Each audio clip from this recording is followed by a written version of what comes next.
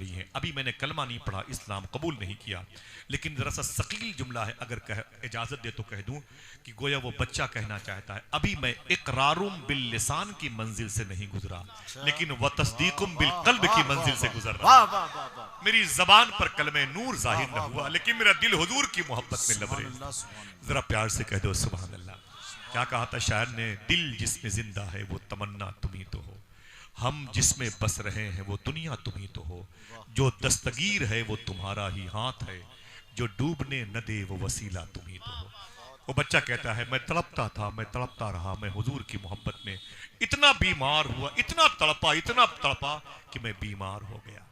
कौन सी बीमारी थी? वो शेर ने कहा था, शब बीमार तुम्हारा हूं, दवा मांग रहा हूं, मरने की मदीने में दुआ मांग। बच्चा कहता मैं तड़पता रहा और फिर बीमारी मेरे अंदर लग गई। इसी बीमारी को बीमारी इश्क मुस्तफा कहते हैं, इसी को हिजर मुस्तफा का मरीज कहते हैं। अभी हमने हुजूर से मोहब्बत नहीं की, इसलिए इसकी हवा हमें लगेगी नहीं। वो बच्चा कहता है कि मैं बिस्तर पे तड़पता रहा, बीमार पड़ गया, मेरी सेहत मुतासिर हो गई, मुझे खाने नहीं अच्छे लगते थे, मुझे पानी नहीं अच्छा लगता था, जब मेरे सामने कोई बैठ के मुस्कुराता तो मेरे दिल पर हथौड़े गिरते थे, मैं परेशान हो जाता था। मेरे बाप ने बड़े बड़े मुस्तशफा हॉस्पिटल, बड़े बड़े अतिब्बा तबीब के पास वो मतब खाने ले गया, लेकिन मरज बढ़ता गया जो जो दवा की, मेरी बीमारी कम न हुई। वो बच्चा कहता मैं बिस्तर पे बिस्तर बन गया था। बाप को यकीन हो गया कि मेरा बेटा बचेगा नहीं। अगर आपके बच्चे 8-10 साल के हैं, उन्हें संभालो। हाँ, बच्चों को अगर दुनिया की बीमारियों की हवा लग गई तब बचेंगे नहीं। फिर आप कहोगे कोई इस दर्द को एक बाप से बेहतर न समझेगा, जवां बेटा गुजर जाए तो कांधा टूट जाता है। अपने बच्चों को मगफरत का सामान बनाओ, आपकी जिम्मेदारी है, आपकी जिम्मेदारी है, आपकी जिम्मेदारी है। वो बच्चा कहता है कि मेरा बाप मेरे पास आया, उसने कहा अरे मेरे बेटे तुझे हुआ क्या है? मैं रोने लगा। मैंने कहा क्यों? कहता है बड़े बड़े हकीमों के पास गया लेकिन तू ठीक ना हुआ, बड़े बड़े अतिब्बा के पास यानी डॉक्टरों के पास गया, तू ठीक ना हुआ। अरे मेरे बेटे तू बचेगा नहीं, लग रहा है तू मर जाएगा। तू क्या चाहता है? मरने से पहले तेरी आखिरी ख्वाहिश क्या है, मुझे बता दे। बच्चा डर गया। उसने सोचा अगर मैंने आखिरी ख्वाहिश का इजहार किया तो मेरे बाप को तकलीफ हो जाएगी। देखना जो भाई खड़े हैं, गाड़ियों पर बैठे हैं, जो जमीन पर बैठे हैं, जो उल्मा मेरी जिनकी जूतियां मेरे सर का ताज है, उनकी आवाज बुलंद कैसे होती है इस जुमले को सुन के। बाप ने कहा मेरे बेटे तेरी आखिरी वसीयत क्या है, बता दे, तू बचेगा नहीं, बता दे मेरे बेटे बता दे। बाप ने कहा अब्बू अगर मैंने आखिरी वसीयत की बात की तो आपको तकलीफ होगी। बाप कहता है ना ना ना ना, तू बता तो सही, मुझे तकलीफ नहीं होगी, मैं तेरी रूह को भटकने नहीं दूंगा, तेरी ख्वाहिश पूरी करूंगा, अपनी औकात के मुताबिक पूरी करूंगा, बता तो सही। ऐ मेरे बेटे तेरी आखिरी ख्वाहिश क्या है? मरने से पहले मेरे कान में चुपके से कह दे कि मेरी आखिरी ख्वाहिश ये है। देखना कितने बच्चे जवान बुजुर्ग बोलते हैं। बच्चा रो के अपने बाप के हाथों को पकड़ा, उसने कहा अब्बू मेरी आखिरी ख्वाहिश पूछते हो तो बता दूं, मेरी आखिरी ख्वाहिश ये है कि मैं मरने से पहले एक मर्तबे हुजूर को देखना चाहता हूं। सुभान अल्लाह, सुभान अल्लाह, सुभान अल्लाह। एक मर्तबे मैं हुजूर को देखना चाहता हूं। अल्लाह अकबर, अल्लाह अकबर। बाप ने जब हुजूर का नाम सुना तड़प गया, चीख बुलंद हुई। क्या मतलब? बोले अब्बू इतना वक्त नहीं है कि आपको मैं मतलब बताऊं, अगर आपको जहमत न हो तो हुजूर को बुला दीजिए, कहना हुजूर से आपका एक आशिक आपका इंतजार कर रहा। हमारे बच्चे 1 लाख रुपए का मोबाइल लेके रात भर गाने बजाने सुनते रहे। कव्वाली का नाम सुन ले आप, लड़के लड़कियों की कवालियां हों तो भीड़ इस कदर जमा होती है, लगता है कि पूरे शहर के लोग आ गए। हुजूर की मजलिसों में ये शोरा, ये नुकबा, हाथ पांव दबा दबा के बुलाते हैं। जलसा कराने वालों के दिल टूट जाते हैं। मैंने तुम्हारी नेकियों की जंबील को बावजन करना चाहा, मैंने तुम्हारी नेकियों की जुल्फों को तराज देखना चाहा, फिर भी तुम्हें हुजूर की बातें नहीं अच्छी लगती। यही मिजाज था स्पेन वालों का, जिनके सामने हुजूर की बातें की जाती थी तो पत्थर मारते थे मुसलमान। और फिर जब उन पर अजाब आया तो स्पेन में इस्लाम खत्म हो गया। मैंने कल इशारा किया था, आपको अगर हुजूर की मोहब्बत के सदक़े में नेमतें ईमान मिली है तो हदिये तशक्कुर बजा लाने के लिए हुजूर की मजलिस में आया करो। बेज़मीर बन जाओ, बेहिस मत बन जाओ, एहसान फरामोश न बन जाओ। तुम्हें चुन लिया गया है, तुम बड़े खुशकिस्मत हो। जो नेमत तुम्हें मिली है हिंदुस्तान के वजीर आजम को नहीं मिली। अपना स्टेटस, अपना लेबल समझो, तुम जिम्मेदार शहरी हो, जिम्मेदार मोमिन हो, जिम्मेदार वतन के एक अजीम शान मुसाफिर हो, इस जजीरे पे रहने वाले हो। सुनो, वो बच्चा कहता है मेरे बाप बुला दे हुजूर को, वक्त नहीं है। बाप परेशान हो गया। उसने कहा बेटे कुछ भी हो तेरी आखिरी ख्वाहिश पूरी करूंगा। मोहम्मद रसूल अल्लाह, मोहम्मद अल्लाह के रसूल। आवाज नहीं आई है। बाप आया हुजूर की बारगाह में, पहली मर्तबे वो नफरतों को हटा के थोड़ी सी मोहब्बत का चिराग दिल में रोशन करके हुजूर की बारगाह में आया। जैसे हुजूर सल्लल्लाहु ताला अलैहि वसल्लम की बारगाह में बाप आया ना, मेरे आका अपने गुलामों के साथ बैठे हुए थे। उसने हुजूर को देखा तो कहा, ए मुसलमानों के नबी, मेरा बेटा मौत के बिस्तर पे आपका इंतजार कर रहा है। मेरा बेटा मौत के बिस्तर पे आपका इंतजार कर रहा है। हुजूर ने अपने आशिकों से इरशाद फरमाया, अपने गुलामों उठो, मेरा आशिक मेरा इंतजार कर रहा है। जरा मोहब्बत से कह दो सुभान अल्लाह। अपनी माँ की मगफिरत के लिए बोले।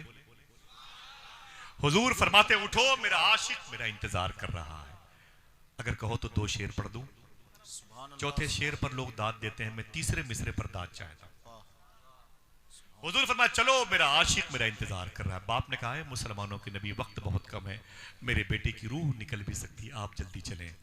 हुजूर जल्दी निकले। शायर कहता है, बुझी हुई शम्मा का धुआं हूं और अपने मरकज को जा रहा हूं। बुझी हुई शम्मा का धुआं हूं और अपने मरकज को जा रहा हूं।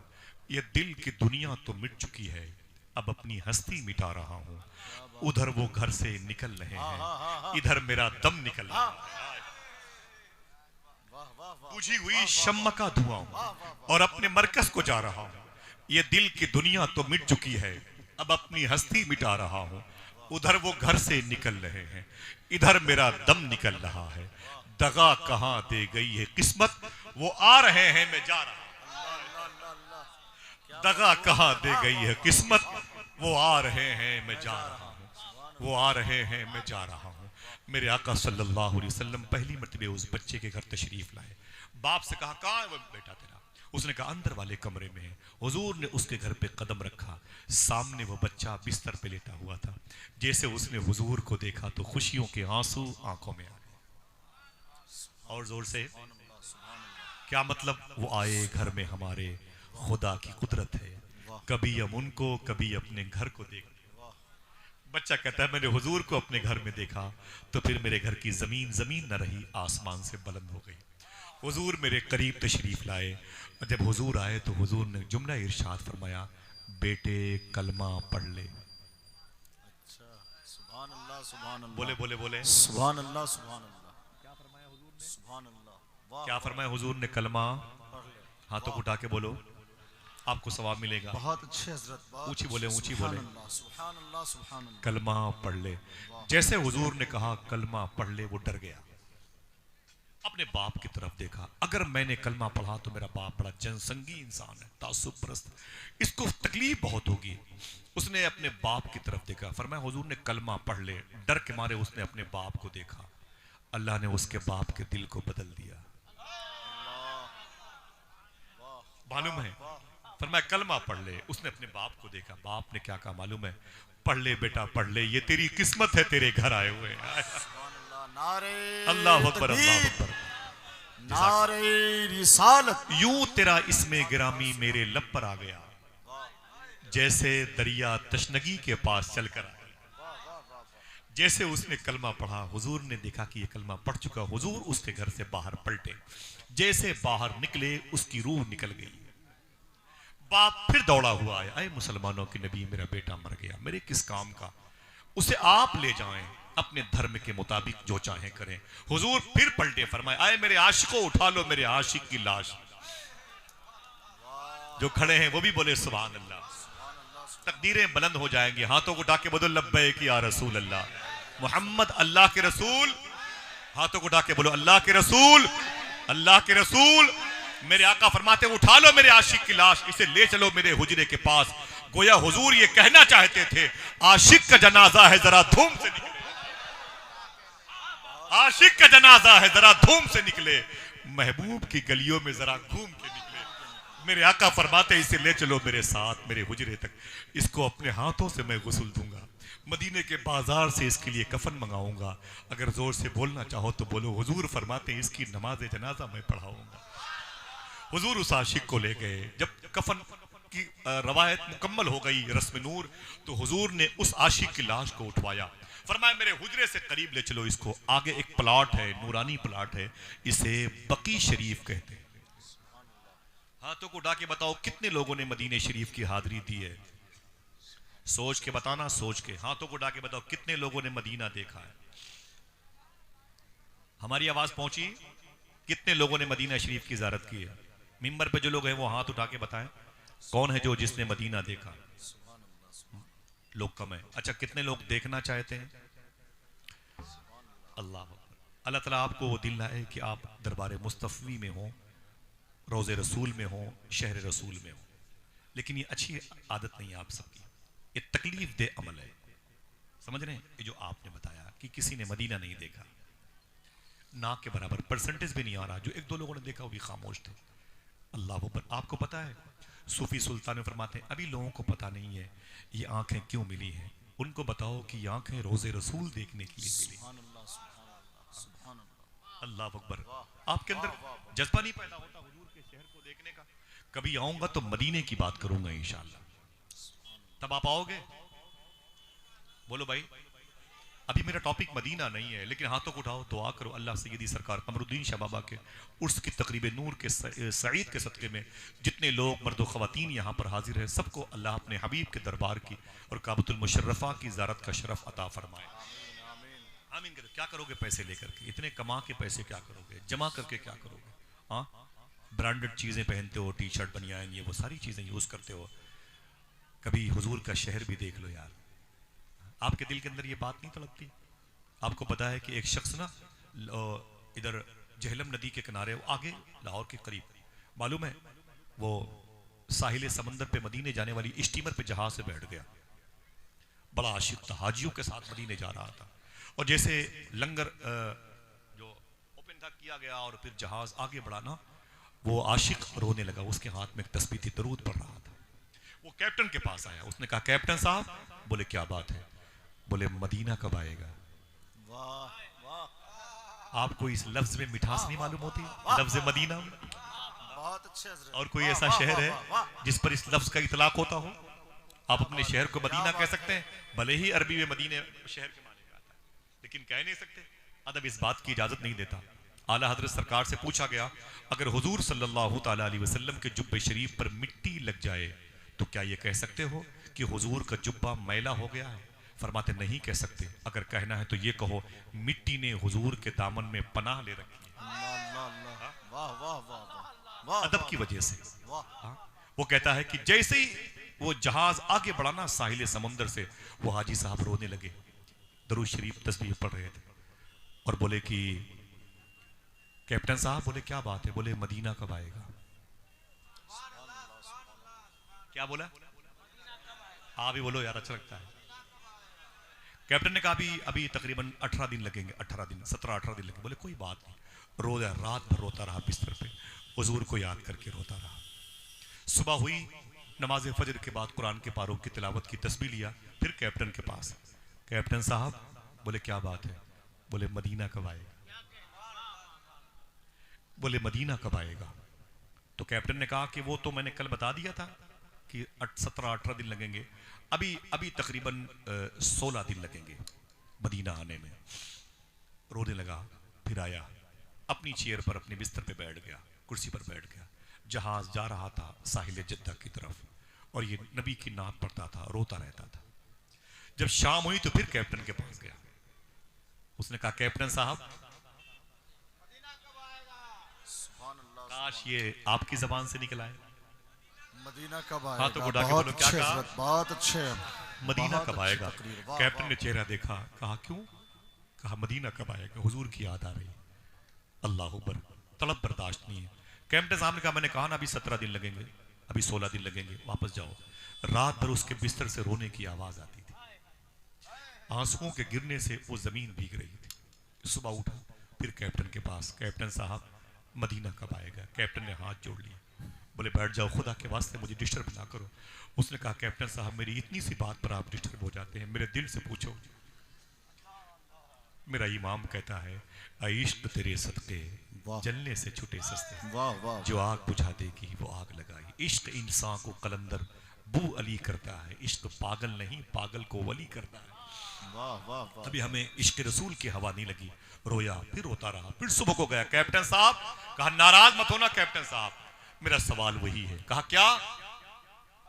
मदीना कब आएगा? उठा के हाथ बोलो, क्या बोला? वाह वाह। मदीना कब आएगा? कैप्टन ने हाथ जोड़े, बोले बाबा मुझे माफ कर दो, मुझे पता होता तो या तुमको न ले जाता या मैं न जाता।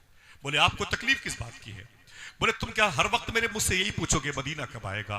उसने कैप्टन का दामन पकड़ लिया, कहा कैप्टन तेरे लाखों कदमों के बाद वो से दूर तू मुझे हुजूर का शहर लेके जा रहा है, मैं क्या करूं, मैं मजबूर हूं, मेरा दिल बहुत तड़प रहा है हुजूर की मोहब्बत में। कैप्टन ने कहा अभी तकरीबन 14 या 15 दिन लगेंगे, खुदा की कसम सच्ची बात है, अभी 14 या 15 दिन लगेंगे। उसने कहा कैप्टन साहब अगर थोड़ी सी मेहनत करो तो और पहले नहीं आ सकता? उसने कहा ना ना ना ना नहीं आ सकता। कहा अगर पूरा अमला पूरा ग्रुप लग जाए तो? कहा नहीं आ सकता है। कहा मशीनरी की पूरी ताकत लगा दो तब? तो कैप्टन ने कहा अगर पूरी ताकत लगा देंगे तो बहुत होगा कि 12-13 दिन में मदीना आ जाएगा। उसने कहा कैप्टन साहब तुम्हारी पूरी टीम लग जाएगी तो 12-13 दिन के बाद मदीना आएगा, लेकिन अगर हुजूर चाहे तो अभी मदीना आ सकता है, अगर हुजूर चाहे तो अभी आ सकता है। इतना कहना था, खुदा की कसम सामने जद्दा का साहिल नजर आ रहा था, हुजूर के मुबारक शहर हिजाज नूर की मस्जिद के मीनार नजर आ रहे थे, और आवाज आ रही थी खिंच के बीमार चले आए मसीहा के करीब। भीड़ परवानों की है गुम्बद खदरा के करीब। अभी जो मोहब्बत आपके अंदर इसने उबाल नहीं मारा, इस सारी मोहब्बत को आपने दुनिया की मोहब्बतों में लगा रखा। थोड़ा सा वक्त निकाल लें हुजूर की मोहब्बत के लिए, ताकि लोग आपको देख के कहें वो जो मोहम्मद अल्लाह के रसूल हैं इसके भी दिल में है। हाथों को उठा के बोलो लब्बैक या रसूल अल्लाह। हुजूर ने फरमाया इसको ले चलो बकी शरीफ। चलोगे ना बकी शरीफ कब्रिस्तान हाजिरी के लिए चलोगे? ऊंची बोलो भाई। अगर सुभान अल्लाह कहने का वादा करो बता दूं इसी कब्रिस्तान में हुजूर की सबसे लाडली बेटी मखदूमा फातिमा की मज़ार है। अगर आपने उनके बेटों का एहसान सुना, एहसान याद रखा होता तो जरूर जोर से सुभान अल्लाह कहते। पूरे मदीने में कोई ना होता, सिर्फ मखदूमा फातिमा होती, तब भी मदीना मदीना शरीफ होता। समझे? इसी बकी शरीफ के प्लाट में हुजूर की लाडली बेटी मखदूमा फातिमा है। इसी मुबारक प्लाट में ज़ैनब और रुक़ैया उम्मे कुलसूम हुजूर की तीनों और बेटियां हैं। अगर सुभान अल्लाह कहने का वादा करो बता दूं इसी कब्रिस्तान में मौला अली मखदूमा फातिमा के घर की पहली बार इमाम हसन भी यहीं पर लेटे हुए हैं। उनके बगल में उनके भतीजे इमाम हुसैन के बेटे इमाम ज़ैनुल आबदीन भी यहीं पे लेटे हुए हैं। उनके बगल में उनके बेटे इमाम बाकिर लेटे हुए हैं। उनके बगल में उनके बेटे इमाम जाफर सादिक लेटे हुए हैं। उन्हीं के बगल में अगर जोर से बोलना चाहो बता दो साकिन आशिक शहर मुस्तफ़ा इमाम मालिक लेटे हुए हैं। उनके बगल में हुजूर के सगे बेटे लेटे हुए हैं। उनके बगल में करीब में सरकार उस्मान गनी लेटे हुए हैं। अगर बोलो तो मैं बता दूं उसी मुबारक कब्रिस्तान में अम्मी हलीमा भी आराम कर रही हैं। हुजूर की सगी चची, हुजूर की समधिन मखदूमा फातिमा की सास, मौला अली की माँ जनाबे हसन हुसैन की दादी, जनाबे मोहसिन ज़ैनब की दादी मखदूमा फातिमा बिनते असद भी वहीं पर लेटी हुई। 10,000 आसमान के तारे उसी मुबारक कब्रिस्तान में लेटे हुए हैं जिन्होंने ईमान की हालत में हुजूर को देखा या सोहबत पाई, उसी ईमान पर दुनिया से गए। वो क्या उस जमीन को देखने की ख्वाहिश नहीं पैदा होती? लेटरिन में वॉशरूम में इतने कीमती टाइल से इटालियन पत्थर लगा लेते हो, हमारी आंखें दंग हो जाती हैं, लेकिन आंखों में कभी हुजूर की गुंबद के जलवे नजर नहीं आए। क्या करोगे पैसा? दुआ करो अल्लाह हम सबको हुजूर का दरबार दिखा दे। हुजूर फरमाते ले चलो इसे बकी शरीफ में वहीं दफन करो। हुजूर ने उसके लिए कब्र खुदवाई। किसकी बात चल रही है? उस 9-10 साल के बच्चे की, जिसने हुजूर की मोहब्बत में अपनी जान दी है। हम सब 40 साल के हो गए, 50 साल के हो गए, 60 साल के हो गए। माँ बहनें सुने, तुम्हारे दिलों को हुजूर की मोहब्बत की जो मुबारक साज है ना, वो उस पर जो लय थिरकती है ना, उससे इश्क रसूल की सूरत में मुबारक औलादें पैदा होती हैं। आप अपने सीने को, अपने दिल को संभालो, इस दिल को हुजूर की मोहब्बत का ATM बनाओ। मैं गुजरात में था, एक मरतबे सफ़र कर रहा था, मुझे बड़ी तकलीफ होती। कल मैंने एक बात बताई थी 14 फरवरी के हवाले से। मैंने गुजरात में सफ़र किया था, मेरे साथ मेरे कलकत्ते के कुछ दोस्त थे। वापस आया तो मैंने गाड़ी के ड्राइवर से पूछा तुम और काम क्या करते हो, खाली गाड़ी चलाते हो मुसाफिरों को? तो उसने कहा कि मेरी गाड़ी जो है ना रातों को हॉस्टल में रहती है। मैंने कहा हॉस्टल में क्या करते हो? मुझे बात बताते बड़ी तकलीफ होती है, लेकिन क्या बताऊं, किससे बताऊं? फिर इस दर्द का इलाज कैसे होगा? अगर कोई एक शख्स अपना दिल बिछाता है हुजूर की महफिल पे, लोग भाग जाते हैं। दोस्तों, तुम्हारी सब घरों में बहनें हैं, तुम्हारी बेटियां हैं, तुम्हारी माँ है, तुम्हारी बीवियां हैं, 4 किरदार औरतों की सूरत में तुम्हारे घर में है। ये सब मेरी बहन बेटियां बैठे हूं। मैंने कहा कि ये बता तू रात में हॉस्टल में क्या करता है? उसने कहा मेरी गाड़ी रात में हॉस्टल में रहती है जहाँ लड़कियां पढ़ती हैं। मैंने कहा रात में हॉस्टल में क्या करता है? उसने कहा वो हिंदू मजहब का था, हिंदू दोस्त था। तो उसने कहा कि भाई ऐसा है ना कि रातों को जो लड़कियां हॉस्टल में रहती हैं, जो अपनी इज्जतें बेचती हैं, उन लड़कियों की मैं सप्लाई करता हूं। माइक की आवाज बहुत दूर तक जा रही है, तकलीफ होगी जुमले को आपको सुन के, सबको सुन के, लेकिन बता दूं। उसने कहा मौलवी साहब आपको पता नहीं, उस हॉस्टल में जितनी लड़कियां हैं उनमें सबसे ज्यादा जो इज्जतें बेचती हैं वो मुसलमानों की लड़कियां हैं। बहुत रोया मैं, बहुत रोया, दिल टूट गया था उस दिन से। अब कभी नहीं जाऊंगा किसी जलसे में। काश मेरी एक बेटी है, उसे उसके इस्मतों का मुहाफिज बन जाऊं, बहुत है, लेकिन क्या करूं, दिल नहीं मानता। हुजूर की मजलिस पे झाड़ू लगाने की बड़ी आदत, हुजूर की मजलिसों में आने वालों के पांव धो के पीने की आदत। हुजूर सल्लल्लाहु अलैहि वसल्लम की मोहब्बत में 10 साल का बच्चा जान दे दे और 25 साल की बच्चियां हुजूर पर दरूद ना पढ़े, खिंजीर का गोश्त खाने वालों के साथ रातें गुजारती हैं, अफसोस होता है। अल्लाह अकबर, अल्लाह अकबर। वो 10 साल के बच्चे को हुजूर ले आए ना बकी शरीफ में दफन करने के लिए। मालूम है क्या हुआ? भीड़ ज्यादा नहीं थी, गर्मी ज्यादा नहीं थी। ठीक, फिर रिवर्स करता हूं मैं। उसके जनाजे में भीड़ ज्यादा नहीं थी। जब तदफीन का वक्त आया तो गर्मी ज्यादा नहीं थी, लेकिन हुजूर सल्लल्लाहु अलैहि वसल्लम बार बार अपनी मुबारक पेशानी से पसीने मुबारक का पोछा करते थे। देखिए हबीबुल्लाह भाई, मसूद भाई, हुजूर बार बार अपनी मुबारक पेशानी से आप पसीने मुबारक का पोछते थे और हुजूर सल्लल्लाहु अलैहि वसल्लम पंजों के बल चल रहे थे। समझ गए? पंजों के बल चल रहे थे और बार बार पसीने मुबारक का हुजूर पहुंचते थे। उसकी तदफीन मिट्टी हो गई, यानी अमल में तदफीन आ गई। लोगों ने बाद में हुजूर से पूछा, अरे नबियों के सरदार, बात क्या थी कि आपने उसकी जनाजे की तदफीन का वक्त जब आया था तो आप पंजों के बल चल रहे थे और आप पसीने नूर बार बार पहुंच रहे थे। देखना है कितने लोग सुभान अल्लाह कहते हैं। कोई है जो इस मोहब्बत की मंडी में बहुत ही अदब से एक नारा बुलंद करेगा, जुमला सुन करके। जुमला सुने आप, 1 मिनट भाईजान रुक जाए, 1 मिनट सुनिएगा और बातों को अपने घर लेके जाइएगा, ठीक है? तवज्जो दीजिएगा भाई। किसी ने पूछा, आए आकाए करीम, आपने बार बार पसीने मुबारक का पोछा है और पंजों के बल उसकी मिट्टी में शिरकत की है, क्या बात है? हुजूर की आंखों में आंसू आ गए। मेरे आका फरमाते, बात दरअसल ये कि वो बच्चा मुझसे इस कदर मोहब्बत करता था कि उसके जनाजे में इतने फरिश्ते आ गए थे, मुझ मोहम्मद को भी चलने में दुश्वारी पैदा हो रही थी। अल्लाह अल्लाह अल्लाह अल्लाह, अल्लाह अकबर। नारे रिसालत, मसलके आला हजरत। अल्लाह अकबर, अल्लाह। क्या कहा था इमाम हुसैन ने मैदान करबला में? अभी 10-12 दिन 15 दिन पहले मैं करबला में था। आपने फरमाया था, जैसे आशिक मेरे नाना को मिले किसी को न मिले। समझ रहे हैं आप? इश्क किसे कहते हैं?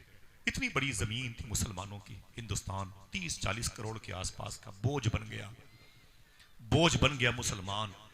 प्लानिंग चल रही कि कैसे जिले के जिले खत्म हो। क्यों? ये हमारी बदअमली की वजह से। कल बौद्धिस्ट, जैनिस्ट, लादीनियत के शिकार के लोग एक मुल्क में रहते थे जिसे इंडोनेशिया कहा जाता है। क्या कहा जाता है? ऊंची बोले, ये बातें याद रहेंगी। बोलो भाई, इंडोनेशिया कहा जाता है। वहां इस्लाम नहीं गया था, लादीनियत के शिकार लोग थे। ईसाईज़म, यहूदीज़म और कम्युनिस्ट से लोग ताल्लुक रखते थे। और वहां पर एक मुसलमान, कौन? एक मुसलमान इंडोनेशिया के बॉर्डर पर कैद हुआ। उसको कैद करके इंडोनेशियन फोर्स ने इंडोनेशिया की जेल में डाल दिया, एक मुसलमान को। जब वो जेल से 4 साल के बाद बाहर आया ना, तब तक वो इंडोनेशिया के उस जेल में 4000 कैदियों को कलमा पढ़ा चुका था। जब ये जेल से बाहर आए तो पूरे इंडोनेशिया में इस्लाम फैला था।